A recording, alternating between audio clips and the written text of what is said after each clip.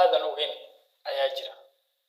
Ma ogtahay madaxweyne xasan sheekh maxamuud inuu aaday wigi la soo dhaafay safar dalka Mareykanka ah? Haddaba sida aan ognahay safarka madaxweynaha waxaa ku weheliyay dhowr qof, waxaana laga reebay si la mid ah sidaas dhowr qof oo kale kuwaas oo loo diiday fiisaha dalka Mareykanka. Ma ogtahay taliyaha nabad sugidda ee NISA Mahad Salaad in loo diiday fiisaha dalka Mareykanka? Mase ogtahay wasiirka gaashaandhigga Soomaaliya ninka lagu magacaabo Cabdiqaadir Maxamed Nuur oo ah wasiirka gaashaandhigga Soomaaliya isagana in loo diiday fiisaha ama dalku galka Mareykanka? Mase ogtahay la taliyaha amniga xasan sheekh maxamuud ninka lagu magacaabo Xuseen Macalin Maxamuud isagana sidoo kale in loo diido dalku galka fiisaha Mareykanka?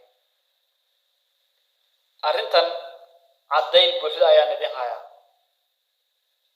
Waxaa jiray waraysi hore uu bixiyay taliyihii hore ee nabad sugidda Soomaaliya NISA ninka lagu magacaabo Fahad Yaasiin, kaasi oo toosh ku shiday Soomaaliya waqtigii Maxamed Cabdullaahi Farmaajo. Fahad Yaasiin in uu saameyn yeeshay isla markaasna uu furay albaab xirnaa.